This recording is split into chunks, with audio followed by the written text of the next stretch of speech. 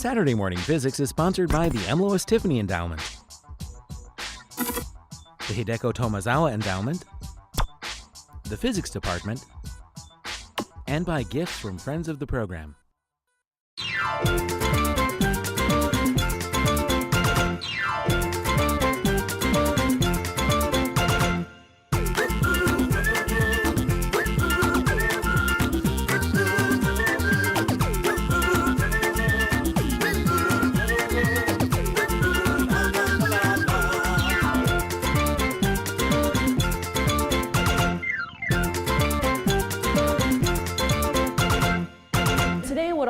Talking about is the concept of entropy. So I'm going to spend the first portion of the talk talking about things that we see in the everyday world that we can understand a little bit better by knowing the concept of entropy. And later on at the end, I'll talk a little bit about black holes and what that has to do with my own research.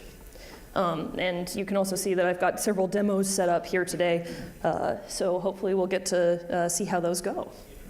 Okay, so first thing I want to start with is just a discussion of what is entropy. So when I was writing this talk, I decided I might ask a few different sources what they think entropy is. So I asked the Oxford English Dictionary, and it gave me a somewhat complicated definition. The name given to one of the quantitative elements which determine the thermodynamic condition of a portion of matter. Okay, well that's true, but it doesn't actually give us much intuition about what it is. So next I decided I'd ask my dad. And my dad said that it's the tendency of systems to settle into the most common state. That's also true and tells us a little bit more about what the concept is. I asked my mom. She said that it's a measure of disorder, which might be a definition that everyone here is familiar with. Actually, she really said something about the state of my teenage bedroom, but it doesn't matter. So then I decided, of course, the modern source that we go to is Wikipedia. And Wikipedia tells us that it's a measure of the amount of thermal energy that cannot be used to do work. So all of these definitions give us some various different way of attacking the concept of entropy. But here today, we're going to work with one particular definition. There is one equation in this talk. I'm sorry, I'm a theorist. I couldn't avoid it. But only one. And that equation is going to be that entropy will be the logarithm of the number of accessible microstates. So it sounds complicated. Let me break it down for you what this is. First of all, log is mostly useful for discussing really large numbers. What it means is that it tells us the exponent. So for example, recently in the news there's been this Mersenne prime that has been found. It's the largest known prime number. And when they write it out, they don't write all of the digits that it would take to write it, because that's some 15 million digits. That would take a while. They write it as 2 to the, it's something like 58 million is the power, minus 1. And they do this because it's more compact and easier to write. And what they mean is that you multiply 2 by itself that many times, and then you subtract 1. So what the logarithm tells us is how many times you multiplied that 2 together. And so we'll use log today as well, because it's a good way of handling the very large numbers that we'll be talking about.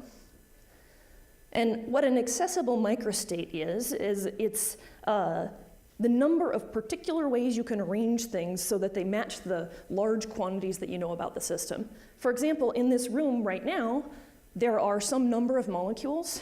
The temperature is maybe 72 degrees. And we can see what the size of the room is because we're all in it. Actually, people next door can see the size of their own room, but that works too. But what I don't really know is exactly where each one of these air molecules is. I can't tell you that there's an air molecule right here or right here. And I don't know how fast each one of them's going, or how they're bouncing into each other, or how they're rotating. All I know is that the room has some number of molecules, and it's at some temperature, and it's a certain size. So the number of accessible microstates would be the number of different ways I can arrange the molecules to give me those large quantities. So just as an example, let's pretend that we have 100 molecules, and we're going to put them in a 10-meter cube. 100 molecules isn't very many, but it'll give us some numbers to start with. So I have 100 molecules, and I'm going to put them in a 10-meter cube. I'm going to pretend each molecule is about an angstrom cube, little tiny cube. And I want to see how many different ways can I arrange these molecules.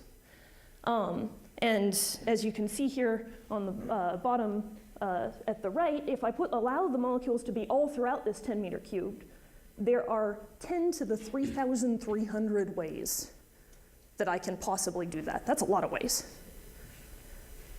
If I insist that all the molecules congregate in one little corner of this cube, there's a lot fewer ways. There's 10 to the 330 ways. So it's a little obscure. 330 isn't that much less than 3,300, so it looks like, well, there's not that many more ways that I can do the thing on the right. So I wrote it out for you. It's that many more ways. So it's a lot more ways. Another way to think of this, of course, when I've put the molecules in this room that we're in right now, the air molecules, and I tell you how many there are, you know already that the air molecules aren't all hanging out in that little corner of the room over there. And you know that because that would be a really rare state for them to be in. This rare. Actually much more rare because there's a lot more molecules and a lot more space in this room. So instead what they do is they bounce around and take up the whole space. And roughly there's an even distribution of air molecules in here. Go the other direction. So that's one of our pieces of intuition about entropy, is that we know that air molecules spread out, and they're going to take up the whole amount of space, and they do that because that's the most common state that satisfies our conditions, that satisfies that we have a room of this volume at this temperature with this many molecules. And I just wanted to show you a set of pictures here to indicate that you have some more intuition about entropy. So I'm not sure how easy it is to actually see the picture here, but what we have is a Erlenmeyer flask, and it has some red dye in it. And we're going to watch over time as the red dye slowly contracts and comes back together and becomes less dispersed throughout the water. And wait a second. That's clearly not right. That is not what happens. We have to go the other way. We want to go forwards in time. So of course, as I drop the dye in the water, what actually happens is the dye is going to spread out over time. So the dye molecules are getting more mixed in with all of the water molecules that are present. It makes some really pretty pictures as it goes too, which is kind of nice. And I didn't wait long enough, so I think this is our last picture that we actually get here, but eventually the dye will spread out evenly throughout the water. And we can't unmix it. We can't go the other way. So one of the things that entropy is telling us is it's telling us as the entropy is increasing in our system, we're going forward in time. And you all laughed when I was going backwards, so you all know this already. This is part of your intuition about entropy. So another way to state this is the second law of thermodynamics, which tells us that entropy increases over time. No matter what you do, the entropy in your system is going to go up. So I'm going to go ahead and do a demo for you. So we already had some pictures with red dye. Now I'm going to do it with blue dye. What we are looking at is a jar. It's full of glycerin, and it has kindly preloaded for me by the nice demo people, because I'm bad at it myself, a line of blue dye going up. And what we're going to do is we're going to mix this dye in. So let's be careful about it. So I'm going to go around about 10 times here.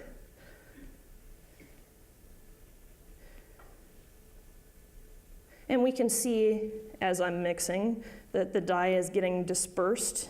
You can't see the line anymore.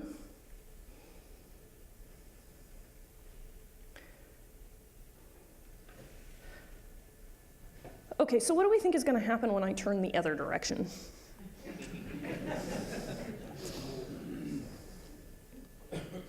I have to go a little bit slowly, otherwise this won't do what it's supposed to.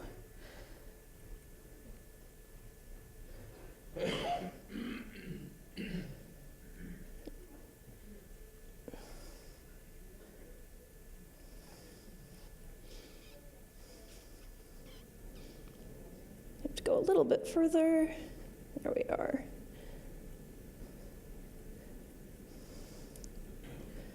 So we can see that, in fact, I lied to you a little bit.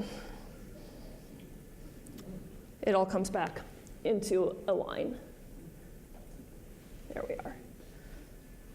So, of course, I'm cheating here. We didn't actually mix the blue dye in very well. What's going on is a process called laminar flow. So, oops.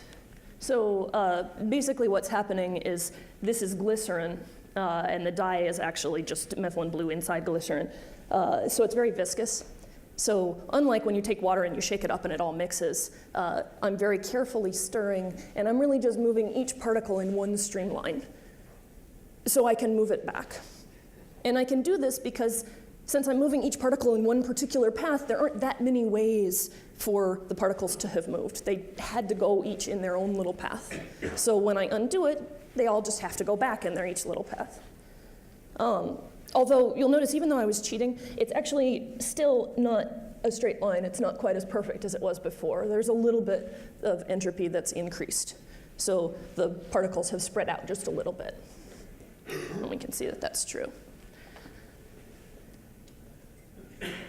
Okay. So, another way to state the second law of thermodynamics, since we're talking about entropy increasing, might as well keep talking about the second law, is that you can't break even. In other words, no matter what I'm trying to do, I always increase the entropy of a closed system. This matches with our intuition from before. It matches with the gas spreading out, the molecules of the gas spreading out throughout the room. It matches with the dye distributing itself throughout the liquid, or in this case, distributing itself just a little bit across the range there. And it also manifests itself in that temperature becomes even. So if I start with something really hot and something really cold, the temperature is going to even out, and we're going to have something kind of in the middle. So back when this law was first proposed, there was a thought experiment that Maxwell came up with called Maxwell's demon. And it was an attempt to break this law.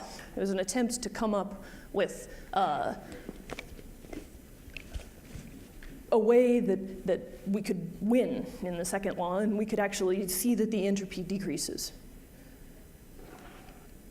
So this is a picture of Maxwell's demon, and what it is we take a box filled with some molecules, and there's a divider in the middle of the box, and then we have a little demon. It's not a cat, it's supposed to be a demon. He's supposed to have a little pointy tail. Sorry, I don't draw that well. And his job is to throw any fast molecules over to the right, and any slow molecules, he makes sure they go over to the left. The demon's inside the box, so he's part of the system. And over time, of course, what's going to happen is all the hot molecules are going to be in the right. All the cold and slow-moving molecules are going to be in the left. And this seems to be a violation of our rule that the entropy increases. So I'm going to show you a demo in which I claim to have Maxwell's demon. And what we can see here is, we can see this is a tube, and I think we're going to get, yeah, we got the camera on it, great. So this is just a metal tube. There's no moving parts in this tube. It's not actually connected electrically to anything. The wires you see are just to measure the temperature on both sides. And as you can see here, the temperature on both sides right now is very close to even. And what we're looking at is you see the infrared camera here, so it's going to tell us how hot something is. You can kind of tell it tells how hot something is by my hand's much brighter because it's much warmer than the metal around it. And just to give you a little bit more proof, I'm going to steal a piece of ice from a later demo. And the ice is cold, so it's black. So cold things are going to be dark, warm things are going to be bright.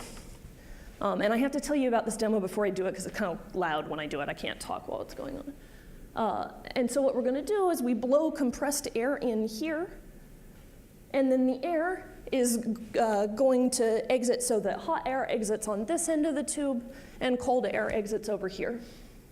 So I claim that Maxwell's demon is sitting in here and sorting and throwing the slow-moving molecules one way and the hot-moving molecules the other way. So let's see that this actually happens. Right.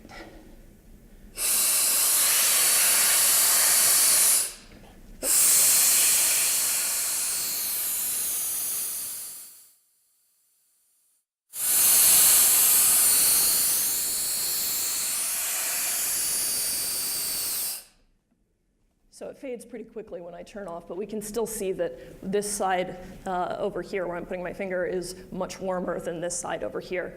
And off to the side, if you notice, there was also a measurement of what that difference is. It's about 10 degrees on one side and over 100 on the other. So the temperature difference is really big here. It's a good demon. Of course, it's not actually a demon. I'm kind of curious if anyone in the audience has a suggestion of how we're doing this process, because I claim that entropy should increase over time, but here we're sorting. We're putting hot things on one side and cold things on the other. Small orifice there is goes to a large one there, and a little orifice that goes to a big one there. So that's cooling. But there's no moving parts. I'm not putting any energy in there. The question is why is this happening? What's doing the input in order to cause this sorting? Bingo, yes. So actually both of you are right. The first thing is that this isn't a closed system. I'm putting energy in. You know, when I turn this knob here, that air is compressed, and we compressed it before by putting energy in. And when the compressed air runs up here, it's the energy in that compressed air that's allowing us to do the sorting. Now, physically, what's actually happening is that, as our other responder mentioned, the air spins around when it comes in, and as it spins around, the faster moving molecules end up closer to the outside, so they can escape on one side. And the slower moving molecules are closer to the center of the tube, so they have to escape the other direction. And as we can see, this sorting works very well, but it only works if you put compressed air in. Right now, as we see when the tube is turned off, when the compressed air is turned off, the temperature is pretty close to even. Hasn't totally equilibrated yet, but it's much closer to even now. So as soon as I turn off the outside source, I go back to the equilibrium state. This is another way to state the first law of thermodynamics. The first law is that you can't win. So I couldn't get myself out of equilibrium unless I put energy into the system. And in this case, it was the compressed air that's the energy that's coming in. And I just went ahead and listed the second law again. So a system at equilibrium has the most entropy that you can have for that system. That is, it's in the most common state. This is another way of saying if I just watch over time, systems move into equilibrium, because we know if I just watch over time, the entropy increases. And one way to think of why this happens is there are so many more ways for all the little molecules in a system to arrange themselves so that everything's at equilibrium. So that's the direction it's going to move in. And if I want to move it the other direction, I have to put something in. I have to put effort in.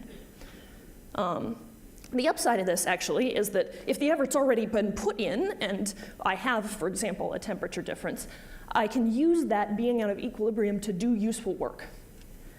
So, for example, right now, I have one more demo, and this is a Stirling engine. It's actually not plugged in at all.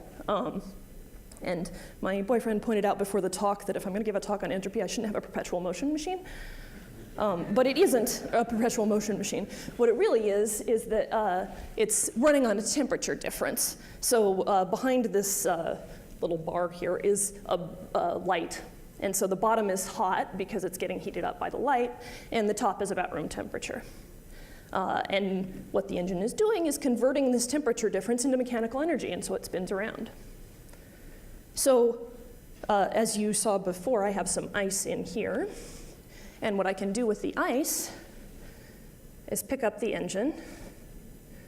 Now remember, the bottom currently is hotter and the top is colder, but now it's going to be the other way around. So as the bottom starts to cool off and it comes to where the two temperatures are the same, it slows down. And we wait a little bit longer, it slows down. And now the bottom's colder. So now it goes the other way. So these are actually kind of cool items, so I want to talk about them for just a little bit. The nice thing about a Stirling engine is you saw it's not connected to anything. It's just a mechanical object itself. It works on a temperature difference, and that's it. It doesn't need any particular kind of fuel. So any way you have of creating a temperature difference, you can turn that temperature difference into mechanical energy.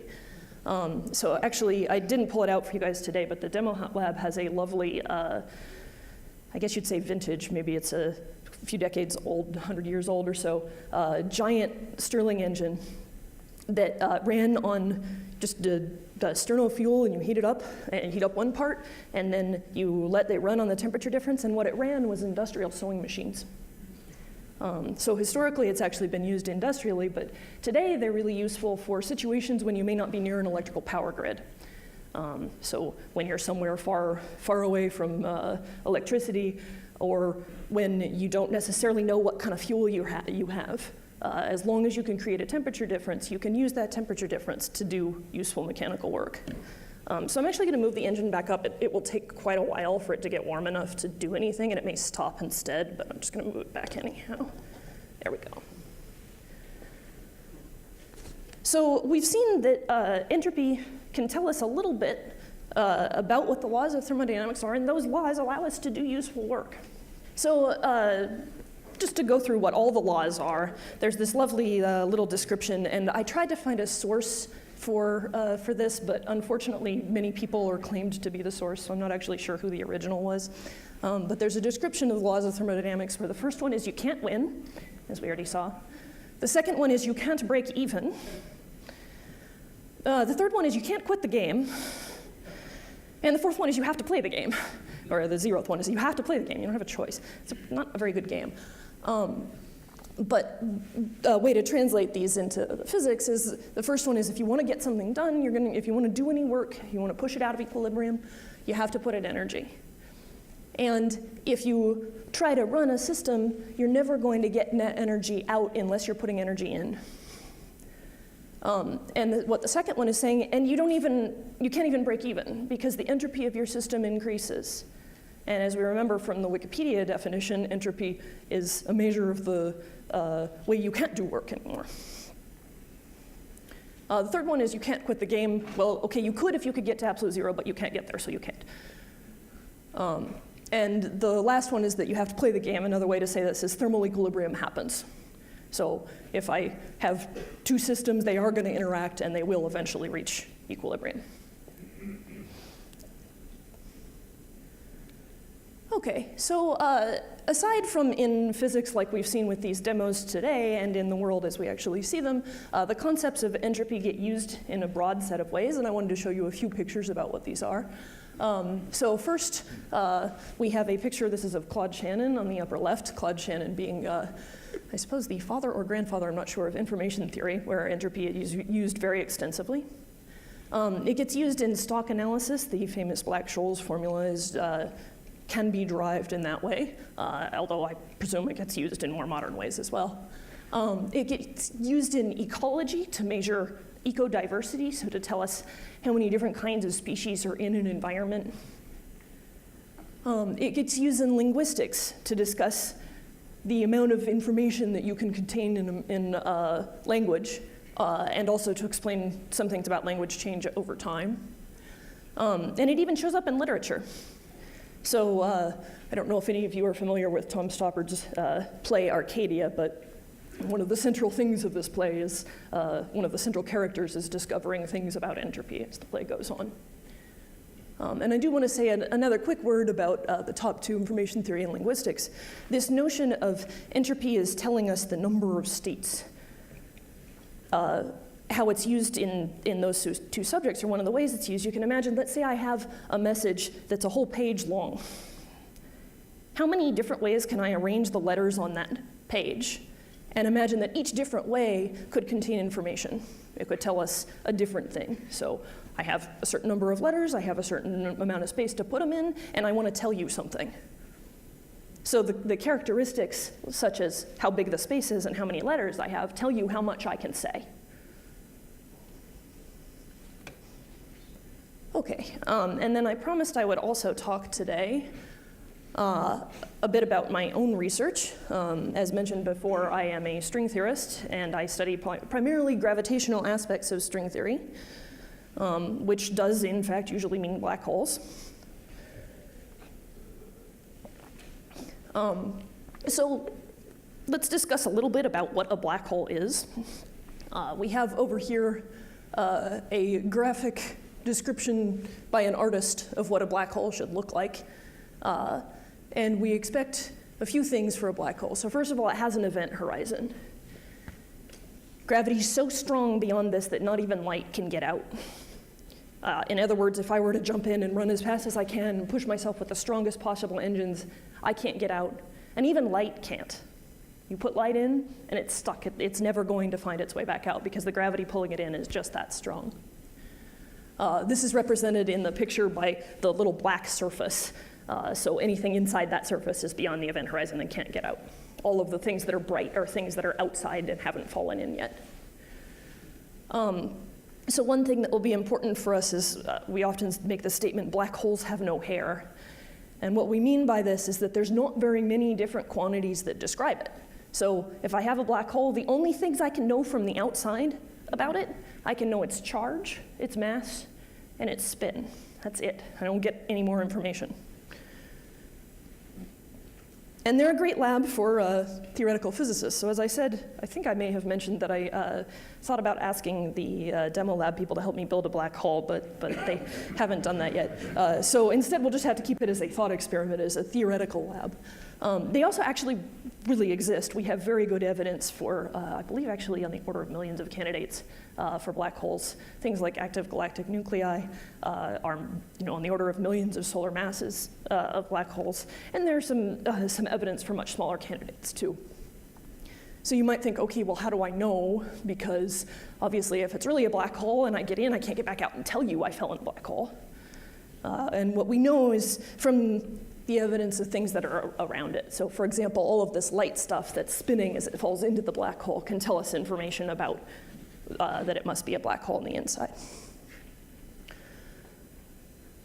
Okay, so one other thing I wanted to say is, why are they such a great lab for theoretical physics?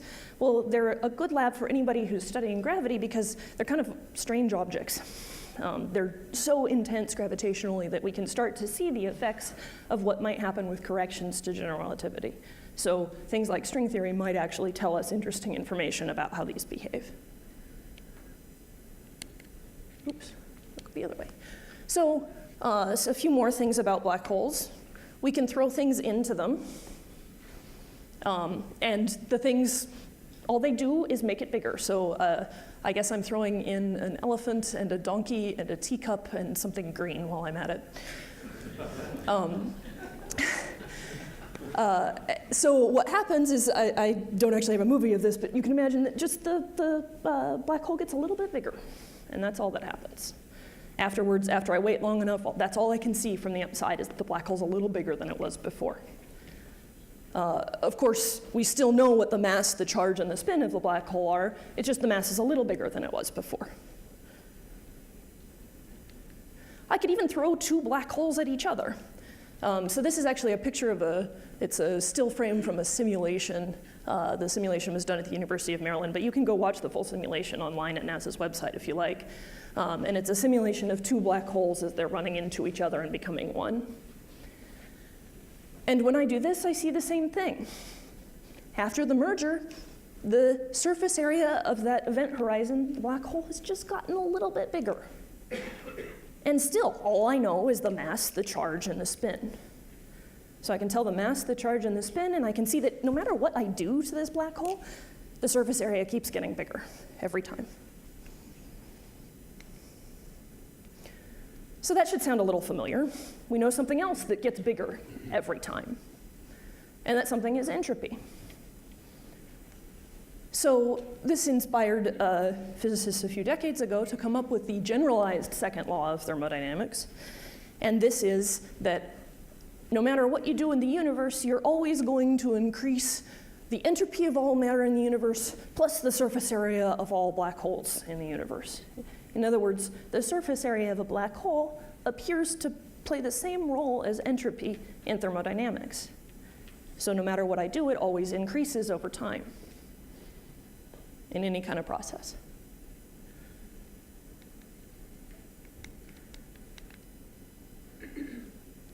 So while we're talking about the thermodynamic properties of black holes, we should also mention that they have a temperature. So it's a thing called the surface gravity, and it doesn't matter the details of what it is. It's a property that's based on the charge and the mass and the spin, and I can derive what it is from that. And they actually radiate at that temperature. So whenever you heat up an object, I'm going to remove this really quickly. The way that this works, sorry to blind you briefly, is that the filament is hot. The filament's at a certain temperature, and so at that temperature, it lets out light of a particular spectrum. And the black hole does the same thing. The black hole lets out light at the temperature that it is. Just to mention, that temperature is actually really tiny, so this isn't something we can see. I think I've done the estimate properly here, but it's very small amounts of a Kelvin. So if I'm trying to look for any real black hole, I can't actually see this effect. But it is predicted theoretically that black holes will do this. So, okay, we had 4 laws, the 0th and then 1 through 3 for the original thermodynamics. Now we can postulate 4 laws for the black hole thermodynamics. So we've already talked about the second one, but let's start from the beginning with the first. And the first is that you can't win. So this means that if I want to change the entropy of my system and the mass of my system, I have to do it following that the change in the mass is the same as the surface gravity times the change in area. This is a slightly more mathematical way of stating the first law. Just like on the other side, in regular thermodynamics, the change in energy is the same thing as the temperature times the change in entropy. The second law is that the area of the event horizon increases. It doesn't matter what you throw into the black hole. It doesn't matter if you even throw 2 black holes together. What you end up at the end is the area of that event horizon gets bigger. The third is that you can't quit the game, which in this case means that you can't make a black hole with 0 surface gravity. So you can't get to absolute 0. And the last one is you have to play the game. So Hawking radiation happens. The black hole does have a temperature, and if you had 2 black holes and nothing else in your universe and you waited a while, they would eventually come to an equal temperature with the background. So another way to make all of these statements is to say, okay, we've got all of these rules for the way that thermodynamics work with regular matter, and then they apply to black holes too. So even if you jump into a black hole, you haven't quit the game. You really don't want to get started playing this game, but unfortunately we already all have. So another point I wanted to make is that black holes actually have a very large amount of entropy. I'm working here in natural units where I've set various things equal to 1, but we can still make a comparison between the matter in the visible universe. In other words, everything that we see, all the stars, all the galaxies, even if you include dark matter, it doesn't change this very much. So the entropy of where all of those possible things could be, all of the ways that you could arrange every molecule in it, everything we see in the visible universe, in other words, all the way up towards the edge of what we're capable of detecting. And then let's take just one black hole. Let's take the one at the center of our own galaxy. It's about 10 to the 6 solar masses or so. The entropy of that one black hole at the center of our galaxy is about 100 times bigger than the entropy of all the rest of the matter in the universe. It's huge. And this is just one black hole. There's a lot of them out there. So as was mentioned in the introduction, a black hole is actually the most entropy you can put into a given region. You could think about it as saying it's so much entropy that if I try to throw anything else in, it has to get a little bit bigger so that it can hold that more entropy of what I threw in.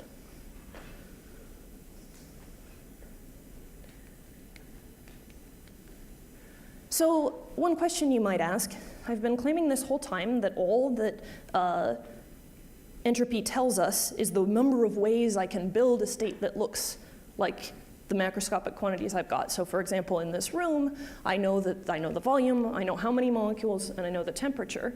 Well, for a black hole, you remember all I know is the mass, the charge, and the spin. I don't know anything else. So how can it have so much entropy? How can it have so many different states when all I know from the outside is just these 3 quantities? Well, this is actually one of the cool successes of string theory. Back in the mid-90s, people actually figured out a way to count these for a few particular kinds of black holes.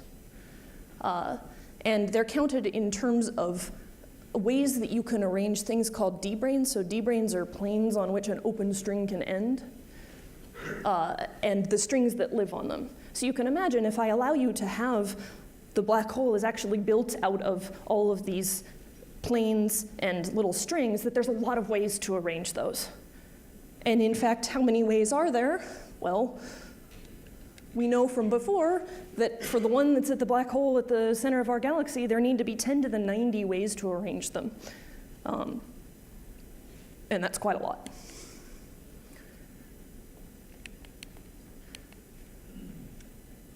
So this actually gives us another way to think about black holes. So as we mentioned before, when I jump into a black hole, I can't get back out. Even if I were a photon and I jump into the black hole, I can't get back out. And one way we might think that it's hard to get back out is because there's just so much entropy in there.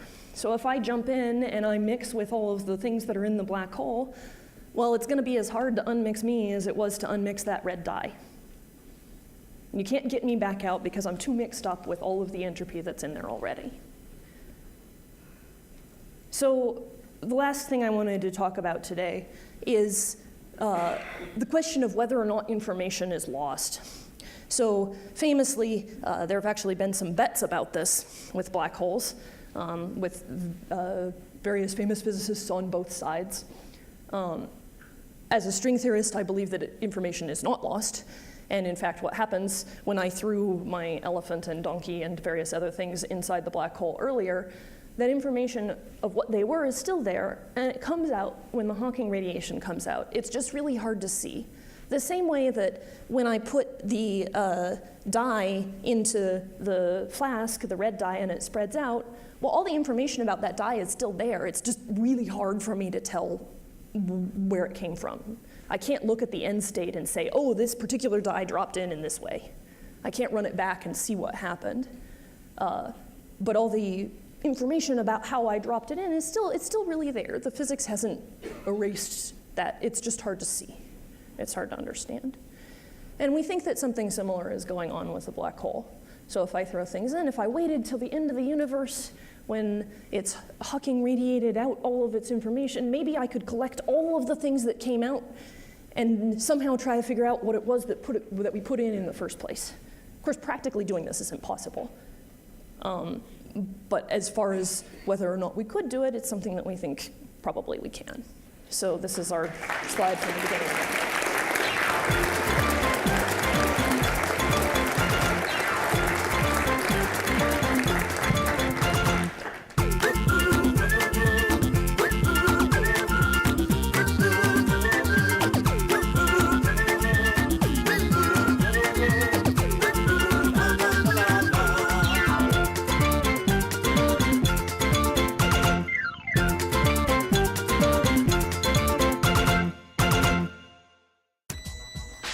Saturday Morning Physics is sponsored by the M. Lois Tiffany Endowment, the Hideko Tomazawa Endowment, the Physics Department, and by gifts from friends of the program.